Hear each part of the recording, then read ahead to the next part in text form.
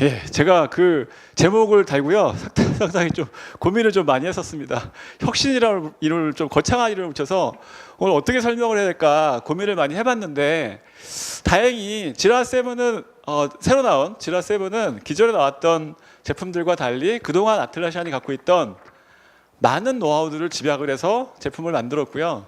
그래서 제가 좀 발표할 내용들을 많이 찾을 수 있었고, 또 하나는 항상 이제 제품들이 업그레이드가 많이 되잖아요. 그러면 거기에 어떤 기능들이 들어왔나 궁금하시잖아요. 근데 막상 그렇다고 그것들을 다 테스트해보거나 문서를 찾아보거나 그러시지는 않으시거든요.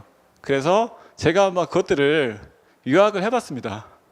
그래서 저도 이렇게 쓰다 보면 이 기능이 아쉬웠는데 막상 새로 버전업이 됐는데 새로 깔아보니까 여기에 있네 하면 상당히 기쁘잖아요. 네, 그런 기쁨을 한번 드려볼까 해서 오늘 정리를 해봤습니다. 예, 지라 소프트웨어. 먼저 지라7이 오면서 가장 크게 바뀌었던 것 중에 하나는 지라 소프트웨어라고 하는 솔루션 개념이고요. 아마도 앞서 세션에서도 이미 소개는 어느 정도 했었을 것 같은데요. 기존의 지라 제품들이 지라 제품에다가 지라 에자일이라고 하는 애드온을 넣어서, 그러니까 완전한 하나의 제품이 아니라 애드온이라는 걸 통해서 지원을 했던 방식이라면, 지라 소프트웨어는 그것들을 묶어서 아예 하나의 제품으로 통합을 한 거죠.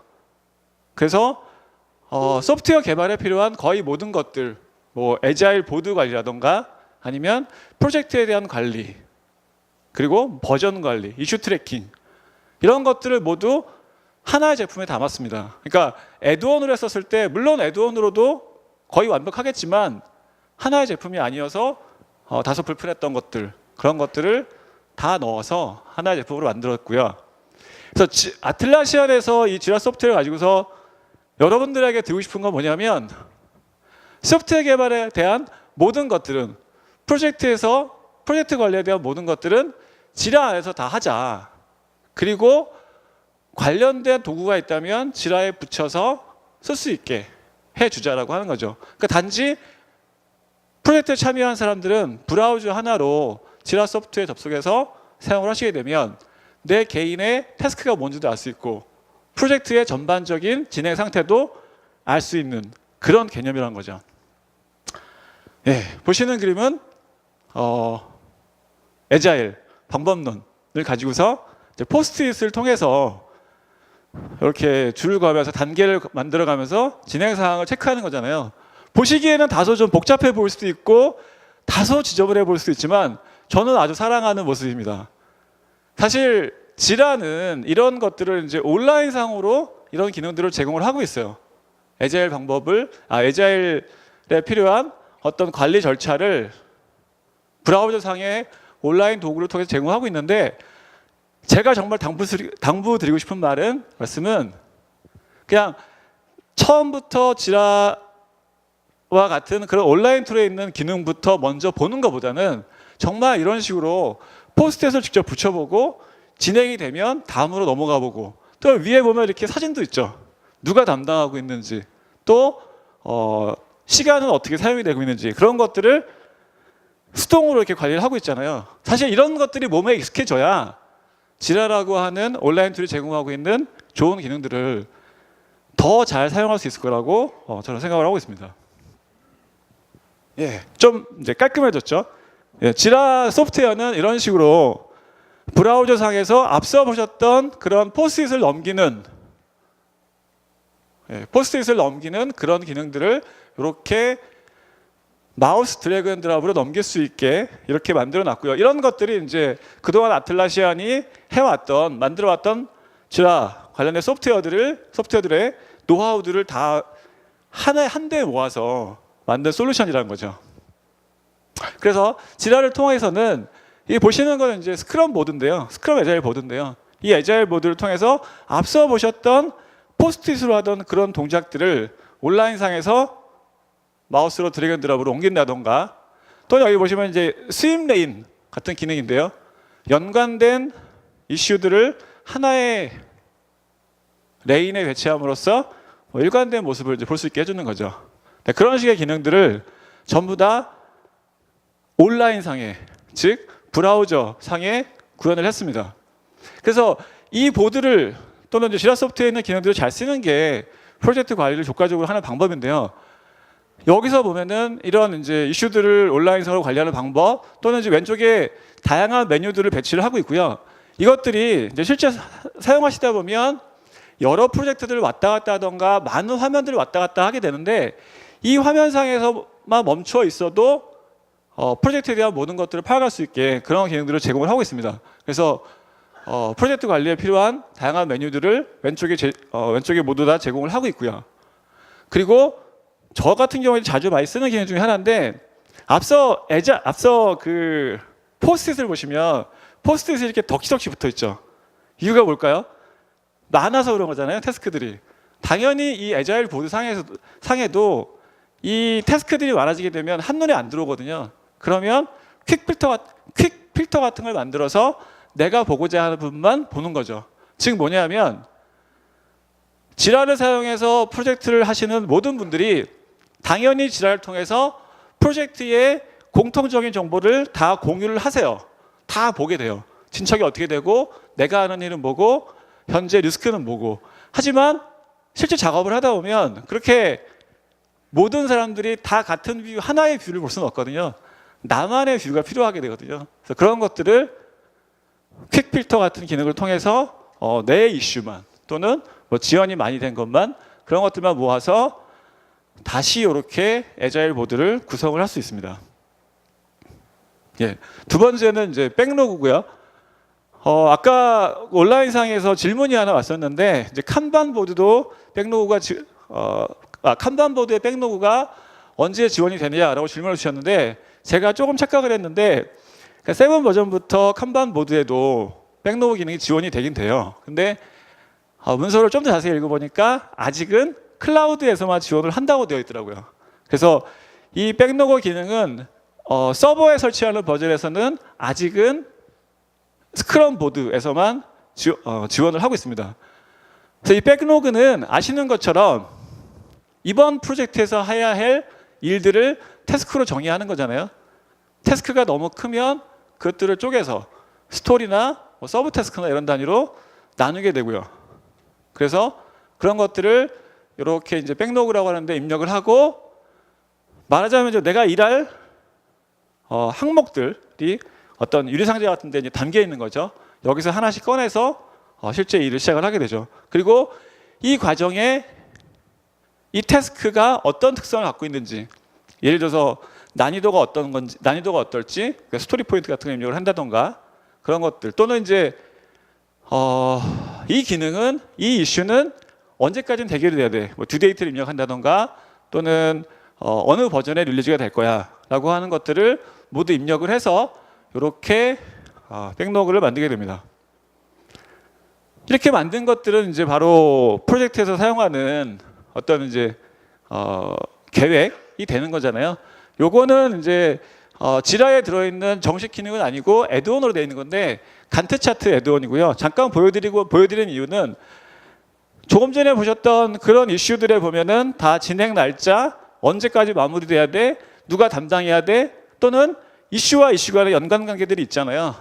그런 것들을 저도 이제 프로젝트를 하다 보니까 제가 느끼고 말씀을 드리는 건데, 프로젝트를 하다 보면 간트 차트로 WBS 많이 만드시잖아요.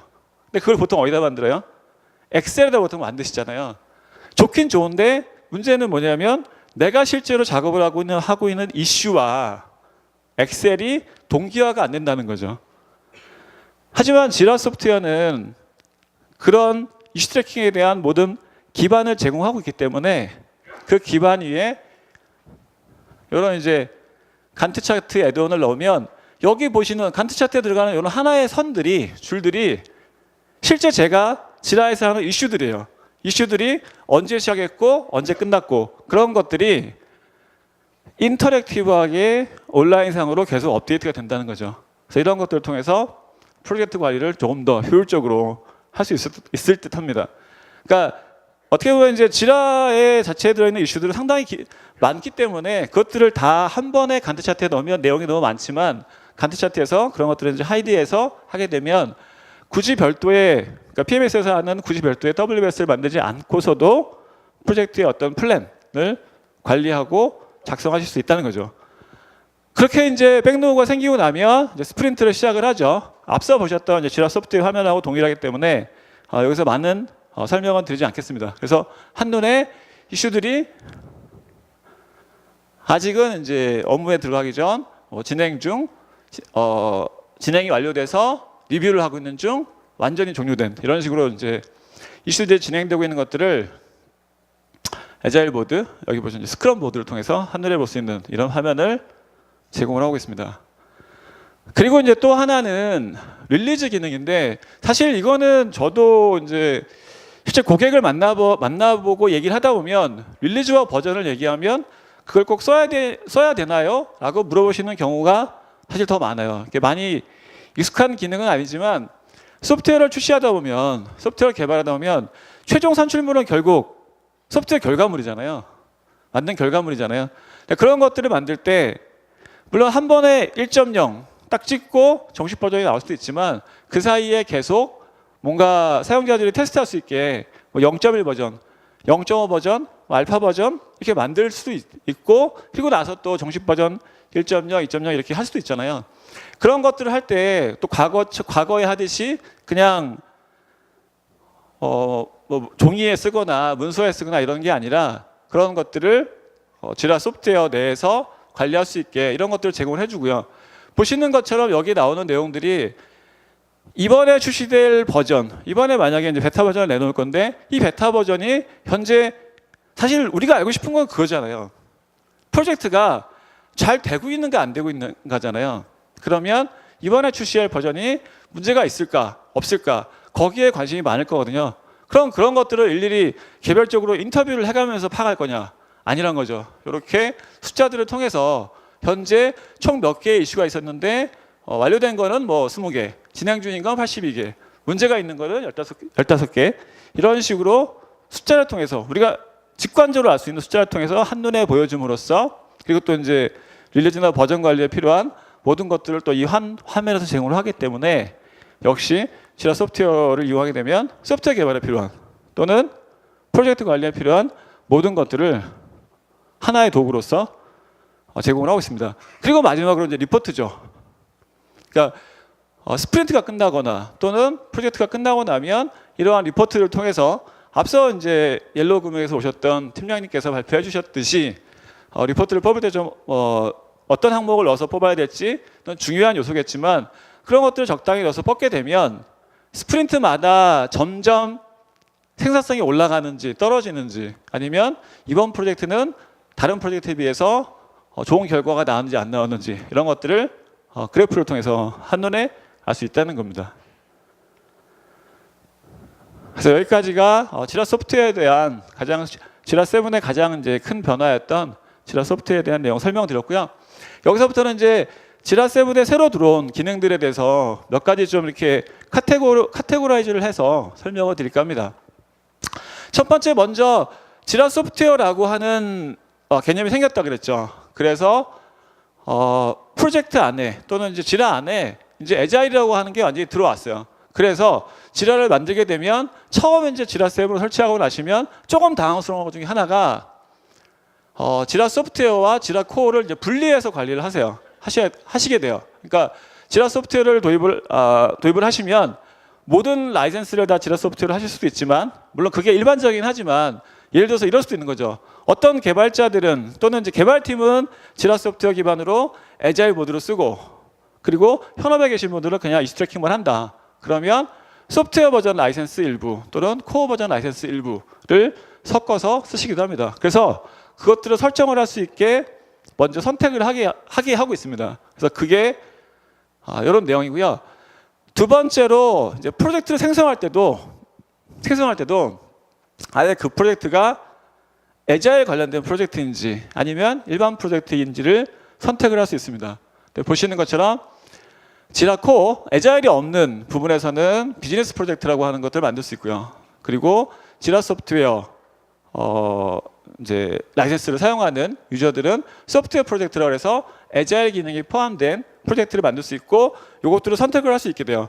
그래서 이 부분에서 만약에 이제 지라 신부 버전에 익숙하지 않으신 분이 프로젝트를 만들었는데 이 옵션으로 만약에 만드셨다. 그러면 애자일 보드가 나타나지 않는다던가 그런 이슈들이 있는 거죠. 그런 경우에는 다시 프로젝트 설정에 가셔서 프로젝트의 타입을 소프트웨어 타입으로 변경을 하셔서 사용을 하시면 됩니다. 그리고 여기 보시는 기능이 이제 지라 소프트웨어로 썼을 때 사용할 수 있는 기능과 일반 코어 버전을 사용했을 때의 차이점을 나타내는 거고요. 주요 차이점은 결국 애자일 기능을 쓸 수 있느냐 없느냐 그 차이가 되겠습니다. 그리고 두 번째는 이제 쉐어드 컨피규레이션이라는 것들을 지원을 하는데요. 앞서 보셨던 소프트웨어 타입의 프로젝트냐, 뭐 비즈니스 타입의 프로젝트냐에서 이 프로젝트의 특성을 지정할 수 있었는데 사실 저 같은 경우는 그런 요구사항이 더 많았어요. 처음에 이제 프로젝트를 만들면 우리 회사나 제 프로젝트에 맞게 커스터마이제이션을 많이 하거든요. 근데 한 것들을 다시 한번 쓰려고 하니까 가서 다시 또 만들어야 돼요. 그게 되게 귀찮잖아요. 그게 또 익스포트 해가지고 임포트하는 것도 사실 쉽지는 않고 잘 안 되기 때문에 아예 지라 7에는 여기 프로젝트 만들 때 보시면 하단에 너무 작아서 잘 안 보이네요. 예. Creating with Shared Configuration이라고 하는 메뉴가 있습니다. 그래서 과거에 내가 만들어놨던 잘 만들었던 프로젝트가 있으면 그거를 가져다가 그걸 기반으로 하실 수 있어요. 그렇게 되면 내가 만들어놨던 각종 스키마들이 제가 잘 만들어놨던 거의 것들을 가져다가 쓰시게 돼요. 그러면 마치 템플릿 같은 기능을 하게 되는 거잖아요. 그래서 이런 기능을 통해서 조직이나 부서에 필요한 어떤 잘 만들어진 베스트 프랙티스에 가까운 프로젝트를 만들어 놓고 그거를 카피해서 사용할 수 있는 그런 기능이 생겼습니다. 그리고 이제 스프린트 관리 기능 부분에 있어서는 일단 패러렐 스프린트 기능을 지원하는데요. 저도 이제 처음에 쓰다가 조금 당황했던 건데 팀 내에 이제 인원이 좀 10명 정도 되는데 보드를 하나 만들어 놓고 스프린트 관리를 하려고 보니까 이분들이 다 한 일이 같았으면 다행인데 다른 거죠. 이런 거겠죠. 신규로 뭔가 개발하는 프로젝트에서는 이런 일이 없어요. 근데 유지보수를 하는 경우에는 사실 하는 일이 조금씩 다르거든요. 그래서 그런 경우에는 하나의 프로젝트나 하나의 보드 내에서도 다른 일을 하는 분들이 그러니까 팀이 나눌 수 있는데 그룹이 나눌 수 있는데 그런 분들을 위해서 스프린트를 아예 별개로 만들어서 이렇게 별도의 스프린트를 만들어서 할 수 있게 하는 기능이 들어왔고요. 그리고 요것도 많이 이제 실수하는 거였는데 스프린트를 열었다가 실수로 닫았을 때 사실 뭐 그 다시 열기 기능이 있었으면 좋았는데 그게 없어서 상당히 힘들었었거든요. 근데 죄송합니다. 그래서 그런 기능이 들어와서 실수로 닫았더라도 다시 스프린트를 열어서 사용을 하실 수 있고요. 그리고 이제 지라가 계속 지금 끊임없이 발전하고 있는 방향 또는 이제 오늘도 고객 세션에서도 많이 나왔던 얘기 중에 하나, 조직이 커지면 어떻게 권한 관리를 하느냐가 상당히 중요하거든요. 또 간단한 문제도 아니고요. 이제 그런 기능들이 자꾸 늘어나게 되는데 아까 프로젝트 롤에 대한 말씀도 주셨는데 스프린트 관리에 대한 권한이 또 따로 생겼어요. 그래서 어드민이 아니더라도 스프린트만 만들고, 그러니까 프로젝트의 어드민이 아니더라도 스프린트만 만들고 관리할 수 있는 그런 권한이 새로 들어왔습니다. 이런 걸 보면 이제 제품이 어떤 방향으로 나아가는지 짐작이 어느 정도 되실 거라고 생각이 됩니다. 그리고 애자일 보드에 대한 개선 기능으로는 아까 이제 보셨던 스크럼 보드를 쓰시면 저 같은 경우는 사실 그랬어요. 스크럼 보드에서 이렇게 왔다 갔다 포스트잇 왔다 갔다 하고 하는 건 좋았어요. 근데 이제 포스트잇은 제가 가서 글씨 쓸 게 있으면 가서 그냥 글씨를 써버리잖아요. 근데 이제 과거 버전의 이 스크럼 보드에서는 보드에 있는 이슈를 옮긴 다음에 거기에 뭘 쓰려고 하면 다시 에디트 창을 열어서 들어가서 해야 돼요. 써보신 분은 아마 아실 것 같은데 그런 경향이 불편했는데 아예 이제 보드에서 직접 그 이슈를 클릭한 다음에 거기서 바로 편집할 수 있게 만들었습니다. 제가 아틀라시안 제품을 보면 그러니까 제가 딱 개발자로서 필요로 할 만한 기능이 이거다라고 하면 구현을 하는데 그 기능은 상당히 정말 마음에 들었습니다. 그리고 요거는 이제 기능 확장할 때 보통 쓰는 걸 텐데 애자일 보드에 어떤 변경이 일어날 때 그런 변경이 일어날 때 해당 이벤트를 받을 수 있는 웹북 기능이 추가가 됐고요. 그리고 지금 이 기능은 사실은 지라 7에 들어온 기능은 아니에요. 아닌데 아마도 관심을 가지시는 분이 있을 것 같아가지고 작은 변화가 좀 있길래 일부러 한번 넣어봤어요. 그게 뭐냐면 이슈를 등록할 때 원래는 이제 지라 페이지에 들어와서 이슈를 만들잖아요. 근데 현업하고 커뮤니케이션 하거나 또는 제가 모바일로 뭔가 이렇게 볼 때 보면 막상 그 화면 들어가서 뭘 하기가 어려운 경우가 많이 있거든요.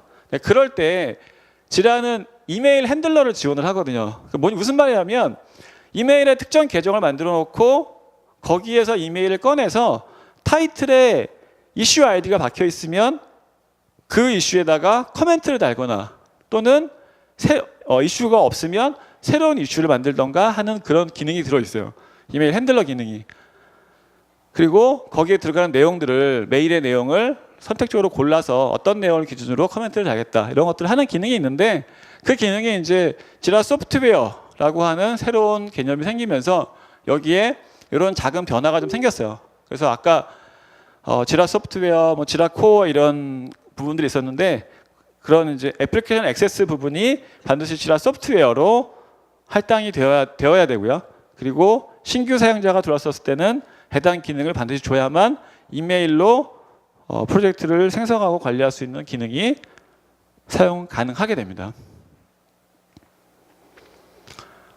네, 그리고 이제 이슈 관리 기능 중에서 개선 사항으로는 컴플루언스에서는 이미 되던 거고 사실 뭐 이미지나 이런 거 됐었지만 이제 PDF에 대한 미리 보기 기능이 추가가 돼서요.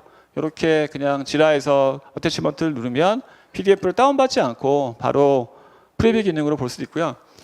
그리고 벌크 에디트 기능은 제가 많이 쓰시는 분들은 보진 못했는데 사실 잘 쓰면 되게 좋긴 하거든요. 뭔가 이제 잘못 이슈가 만들어졌거나 일괄 뭔가 작업을 하고 싶을 때 한꺼번에 이렇게 골라가지고 작업을 하실 수 있거든요. 예를 들어서 듀데이트가 입력이 안 돼 있다. 아니면 담당자가 할당이 안 된 이슈가 100개다. 한 번에 벌크 에디트로 한 방에 할 수 있거든요. 근데 이제 보통 그 기능을 쓰시는 분들이 마지막에 딱 가면 정말 하시겠냐고 물어보거든요. 그때 당황하시면서 이제 안 누르시더라고요. 근데 이제 벌크 에디트 기능을 이용하게 되면 그런 여러 개의 이슈들을 한꺼번에 작업할 수 있는데 지라 7에서는 특별히 서브 태스크와 일반 이슈 간에 서로 변환하는 기능까지도 추가가 돼서 벌크 에디트 기능이 좀 더 막강해졌고요. 그리고 이제 스마트 멘션 기능은 어떤 저희 멘션도 알잖아요. 그때 이제 이슈에 있는 사람을 우선적으로 보여주는 그런 기능이 추가됐다. 라고 하는 거고요. 이거 역시 이제 많은 분들이 관심을 가질 것 같은데 실제로 이제 관련된 애드온도 있고 하니까 디스크립션이나 이제 커멘트 지라 이슈에다가 다실 때 어딘가에서 워드에 있는 내용을 이렇게 카페에다가 넣고 싶고 테이블 카페에 넣고 싶고 그러니까 리치 텍스트를 쓰고 싶으시잖아요. 근데 이제 그런 기능들이 기존에는 텍스트 기반의 마크업으로만 제공이 됐다면 이렇게 마크업 언어만 지원됐다면 요거는 이제 우리가 아는 위즈비그가 아니잖아요. 눈에 안 보이니까 사실 잘 안 와닿잖아요. 근데 이렇게 탭이 있어서 비주얼로 바꾸면 이렇게 실제 이게 렌더링된 모습으로 볼 수 있게 하는 기능이 있고 그 두 가지를 왔다 갔다 할 수 있습니다. 그래서 이 기능은 아마 많이 쓰실 것 같아요. 그리고 이제 또 좀 작은 시스템 개선 사항으로 지라나 아틀라시안 제품을 쓰게 되면 애플리케이션 링크를 상당히 많이 쓰게 되는데요. 기본적으로 적어도 지라랑 컴플루언스 사이에는 반드시 연결을 하게 되거든요. 근데 그러다 보면 서로 이제 저희는 사실 기술 지원도 많이 하는 업체다 보니까 하다 보면 각종 이슈를 만나는데 보면은 호스트명이 좀 달라서 뭐 포트가 안 열려 있어서 안 되는 경우가 많거든요. 그리고 잘 되던 게 또 안 돌아가는 경우도 있고 그럴 때 예전에는 그냥 지우고 새로 만드세요 이랬다면 여기에 이제 다이그노스틱스 기능이 들어와서 이렇게 현재 링크에 어떤 링크가 잘 돌고 있는지 거기에 발생하는 에러는 뭔지 이런 것들을 보여주는 기능이 들어왔고요. 그리고 두 번째 성능 개선이 됐다. 7.2부터는 지금 가장 마지막 버전이 7.2인데 7.2부터는 성능 개선이 많이 됐다고 합니다. 솔직히 말해서 저도 7.2를 많이 써보지는 않아서 어느 정도 성능 개선인지는 확인을 못했지만 사실 되게 좀 빨랐으면 하는 그런 아쉬움을 가지시는 분들이 많을 것 같아가지고 예, 기쁜 소식이라서 전해드립니다. 그래서 이슈를 디스플레이하는 할 때나 또는 이제 특히 대시보드에 가젯이 많으면 또 느려지거든요. 그래서 그런 부분들에 대한 성능을 상당히 많이 개선을 했다고 해요. 그래서 한번 써보시길 7.2 이상 한번 해보시길 바라고요. 그리고 7.2부터는 한국어 언어팩이 디폴트로 들어왔다고 합니다. 물론 과거에도 다운로드 받아서 할 수는 있었지만 사실 귀찮잖아요. 근데 이제 그런 게 디폴트로 들어가기 때문에 그대로 쓰시면 되고요. 요거는 정말 하나의 아쉬움으로 한번 넣어봤는데요. 아쉬움이라고 해야 될까요? 그러니까 뭐냐면 지라에서 이제 그 형상 관리 트럭 연동을 하시면 SVN하고 연동하시면 커밋 하실 때 거기다가 이렇게 지라 아이디 넣죠. 그러면 이게 연동이 되잖아요. 어떤 지라 이슈에 의해서 뭐가 변경이 됐다. 그러니까 얼마 전에 가서 이제 제가 질문을 받은 건데요. 제가 너무 아쉬워가지고 찾다가 이제 나온 건데, 그러니까 스마트 커밋 기능이라 그래가지고 그 커밋 메시지에다가 이 이슈를 닫아라, 이 이슈를 뭐 상태를 바꿔라라고 이제 커멘트를 주면 거기에 맞게 지라의 이슈들이 바뀌는 거예요. 저도 이제 그게 들어온 줄 알고 되게 좋았는데 아쉽게도 이제 지라 자체가 SVN이나 기타하고 연동할 때 아직 그 기능이 지원되지는 않고요. 참고로 이제 FuCI라고 하는 제품을 쓰면은 그 기능이 지원은 되는데 아직 지라 자체만으로는 되지는 않는데 다행히 빗버킷하고는 그런 기능이 들어왔다고 해요. 그래서 빗버킷에 뭔가 커밋을 하실 때는 개발 툴에서 커밋을 하실 때는 거기다가 커멘트에다가 이런 식으로 커멘트를 다시면 그러니까 지라 이슈에 커멘트가 들어가거나 또는 이슈의 워크플로우를 뭐 리졸브를 해라, 클로즈를 해라 그런 것들이 특별히 내가 지라에 들어가지 않고도 반영이 되게 됩니다. 네, 여기까지가 지라 7에 대한 7의 주요 기능들 저희가 좀 아쉬워하고 가려워할 만한 그런 부분들 기능 개선에 대한 소개를 드렸고요. 마지막으로 뭐 그 전부터 있었던 기능이지만 최근에 이제 많이 좋아진, 최근에 특히나 많이 개선이 돼서 다운타임을 정말로 많이 줄 수 있는 기능인 지라 데이터 센터에 대한 설명을 드릴까 합니다. 설명을 드리고서 제 세션을 마칠까 합니다. 참고로 뭐 앞서 세션에서도 이미 얘기했겠지만 지라만의 데이터 센터는 아니고요. 컴플루언스도 있고 빗버킷도 있고 그렇긴 합니다. 근데 오늘 제 발표가 지라다 보니까 부득이 지라 데이터 센터라고 이름을 달아봤습니다. 그래서 지라 데이터 센터의 주요 기능은 먼저 기본적으로 액티브 클러스터링이 지원된다. 그래서 로드 밸런서를 통해서 뒷단에 있는 여러 노드들이 부하를 분산할 수 있는 방식이라는 거죠. 그리고 그 서버들 간에는 서로 컨텍스트를 주고받을 수 있게 돼 있다. 이게 컨텍스트를 주고받는다는 말은 이제 그런 거잖아요. 예를 들어서 한 노드에서 서치 인덱스가 만들어진다. 그러면 그 정보가 다른 노드로 프로퍼게이션이 되고 또 어떤 한 노드에서 락을 잡았다. 그러면 그 락이 다른 노드에도 같이 프로퍼게이션이 돼서 컴프렉션이 발생하지 않게 해주는 그런 기능이 들어왔다는 거죠. 두 번째는 뭐 당연한 얘기지만 2개 이상의 이제 아틀라시안 지라 노드를 통해서 데이터 센터 클러스터를 구성하게 되는데 그 뒷단에 이제 있는 데이터베이스나 스토리지 부분, 그러니까 첨부 파일에 저장되는 스토리지 부분의 정보를 공유해서 사용을 하게 되고요. 또 반대로 말하자면 노드가 아무리 클러스터링이 된다고 해도 뒷단에 있는 데이터베이스나 스토리지는 반드시 공유된 형태로 존재해야 되고 더 얘기하면 그 부분에 장애가 생기면 그거는 장애로 이어질 수 있다는 거죠. 그거는 그 데이터베이스에 대한 이중화 또는 스토리지에 대한 이중화는 별도로 고민을 하시는 게 맞습니다. 그래서 데이터 센터의 기능 중에서 장점이라고 할 만한 것들은 노드 구성이 상당히 편리하다. 새로운 노드를 추가할 때 동쪽으로 바로 추가할 수 있습니다. 두 노드를 쓰고 있었는데 세 번째 노드를 추가하면 동쪽으로 넣거나 뺏을 수 있고요. 그리고 더 중요한 거는 제가 사실 이중화 구성을 많이 하다가 여러 번의 실패를 겪었던 아픔이 있는 사람이라서 이런 것들을 상당히 좋아하는데요. 기존 노드에 있었던 인덱스나 플러긴들 지라를 옮기려면 그 안에 있는 어태치도 옮겨야 되고 플러긴도 옮길 게 상당히 많거든요. 그런 것들이 이 데이터 센터 버전에서는 자동으로 동기화가 되게 됩니다. 플러긴까지도 동기화가 되게 되고요. 앞서 세션에서 얘기 나왔던 걸로 기억을 하는데 제로 다운 타임 업그레이드까지도 지원을 해요. 제 자료에는 빠졌지만 다운타임 없이 지라의 버전을 올리는 기능도 가능합니다. 그리고 그러다 보니까 이제 인덱싱 작업을 빠르게 할 수 있다. 이게 사실은 이제 어떤 서버가 장애가 나가지고 서버를 올렸을 때 가장 처음에 겪는 어려움 중에 하나가 인덱스 때문에, 인덱스가 없으니까 검색도 안 되고 뭐도 안 되는데 인덱스를 만들자니 백그라운드로 돌리면 오래 걸리고 데디케이트드로 주면 일이 안 되고 그렇잖아요. 근데 그런 것들을 이 데이터 센터에서는 인덱싱을 위한 전용 노드를 많이 만들면 거기서 인덱싱을 작업해서 그 결과를 프로파게이션을 할 수 있게 그렇게 지원을 하고 있습니다. 그리고 이제 당연한 얘기지만 노드의 수가 늘어나기 때문에, 그러니까 데이터 센터라고 하는 이 클러스터라는 거는 그런 거잖아요. 물리적으로 노드가 여러 개지만 논리적으로 마치 하나로 보이게 해주는 그런 기술이잖아요.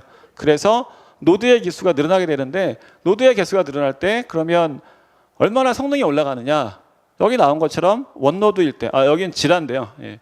원노드일 때, 투노드일 때, 포노드일 때 이런 식으로 거의 리니어하게 성능이 증가한다는 거죠. 그러니까 이 얘기는 데이터 센터를 쓰는 이유가 첫 번째는 가용성이기도 하지만 워낙 미션 크리티컬한 시스템이라서 죽으면 안 되기 때문에 쓰기도 하지만 사용자가 많아지면 그 많은 사용자를 커버하기 위해서도 한번 고민을 해봐야 되는 그런 옵션이라는 거죠. 그래서 데이터 센터 자체가 직접적으로 성능을 빠르게 해주는 도구는 아니에요. 왜냐하면 어차피 한 노드가 응답 시간을 주는 게 과거에 5초였다면 데이터 센터를 해도 5초거든요. 그래서 그게 빨라지는 않지만 이런 거죠. 사용자가 너무 많아가지고 한 노드가 오버헤드를 많이 받은 상태예요. 그래서 원래 5초에 응답 줄 거를 15초에 주고 있었다. 그러면 노드 간의 부하를 분산함으로써 이렇게 응답 시간을 줄일 수 있는 그런 역할도 할 수 있습니다. 여기는 이제 마지막으로 데이터 센터 아키텍처에 대한 설명인데요. 이 부분은 아마 엔지니어링을 하시는 분들은 거의 쉽게 이해할 수 있으실 것 같아서 간략하게 원리만 잠깐 보고 넘어갈게요. 일반적인 톰캣 웹서버를 이용한 클러스터링 구성 아니면 노드 구성하고는 크게 다르지 않습니다. 그래서 프락싱 레이어에 웹서버를 두거나 아니면 뭐 L4나 L7 같은 로드 밸런스 장비를 두게 되고요. 여기서 요청이 들어오면 뒷단에 있는 노드들로 보내게 됩니다. 그리고 이때 이제 그 스티키 정보를 갖고 있기 때문에 한 번 들어왔던 서버로는 계속 보낸다든가 그런 기능들이 가능하고요. 그래서 아파치나 엔진엑스 같은 걸 그대로 쓰실 수 있고요. 뒷단에 있는 노드들은 사실 지라가 톰캣 기반으로 올라가잖아요. 그래서 톰캣 노드들이라고 보시면 되고요. 그거 사이에는 멀티캐스트나 TCP를 이용해서 서로 디스커버리와 컨텍스트 정보를 주고받게 돼 있어요. 메모리상으로 주고받고 있기 때문에 빠르게 페일러블 한다던가 그런 것들이 가능하고요. 아래 단에 있는 요 리소스 노드들은 앞서 말씀드린 것처럼 별도의 이중화라든가 그런 것들이 필요하고, 그리고 모든 노드가 동시에 액세스할 수 있게 공유로 되어 있어야 된다 라고 하는 것입니다. 그래서 보통 시스템을 운영할 때 발생할 수 있는 장애 케이스가 이런 정도 될 것 같고요. 그러니까 계획되지 않는, 갑자기 서버가 죽는다던가 하는 그런 이슈가 있을 수 있고요. 또는 플랜드 다운타임, 계획된 어떤 하드웨어 작업을 한다던가 패치 작업을 한다던가 이런 것들이 있을 수 있는데, 이런 것들을 할 때 물론 뭐 예외가 있을 수는 있겠지만 거의 그런 예외만 없다면 이론적으로 제로 다운타임을 가져갈 수 있는, 왜냐하면 사실은 업그레이드 할 때, 여러 노드가 있을 때 업그레이드 할 때 다운타임을 안 준다는 게 상당히 어려운 기술이거든요. 근데 그것까지도 한 번에 구현을 해서 갖고 나왔기 때문에 어쨌든 다운타임 없이 운영이 가능한, 실제 사례를 봐도 다운타임을 뭐 비약적으로 줄인 그런 사례들이 많이 있습니다. 그래서 그렇게 되고요. 그래서 이게 마지막이겠네요. 지라 데이터 센터를 어떻게 활용할 수 있을까? 가장 기본적으로는 일반적으로 우리가 많이 쓰는 일반 노드들 일단 2개를 만들었어요. 이걸로 서비스를 해요. 근데 회사가 커지고 조직이 커지면 API들이 많이 필요하거든요. 지라는 워낙 API를 많이 지원하기 때문에, 그리고 또 개발 툴의 특성상 또 업무 시스템들과 연동이 많이 필요하거든요. 그럴 경우에 API를 쓰기 때문에 API 노드를 별개로 둬서 부하를 분산할 수 있게, 데이터는 공유가 되니까. 그래서 API 노드를 두기도 하고요. 그리고 조금 더 나아가면 이렇게 관리자 작업용 노드를 별도로 두는 거죠. 아까 인덱스 작업 얘기했잖아요. 서치 인덱스 같은 것들을 관리자 노드에서 하게 하는 거죠. 또 한번 나가볼까요? 파워 유저 노드. 소위 말하는 높으신 분들이 쓸 수 있는 뭐 이런 거, 또는 이제 아니면은 정말 헤비하게 쓰는 분들을 위한 노드를 별도로 만들어서 이렇게 두게 되면 정말 미션 크리티컬한 노드를 만들 수 있는 거잖아요. 그러니까 보시는 것처럼 데이터 센터 버전은 뭐 클러스터 기술에 근간을 하고 있지만 이런 식으로 목적에 맞게 나눈다든가 다양한 토팔러지를 조직이나 회사의 용도에 맞게 구성을 할 수가 있습니다. 이상으로 제 발표는 끝났고요.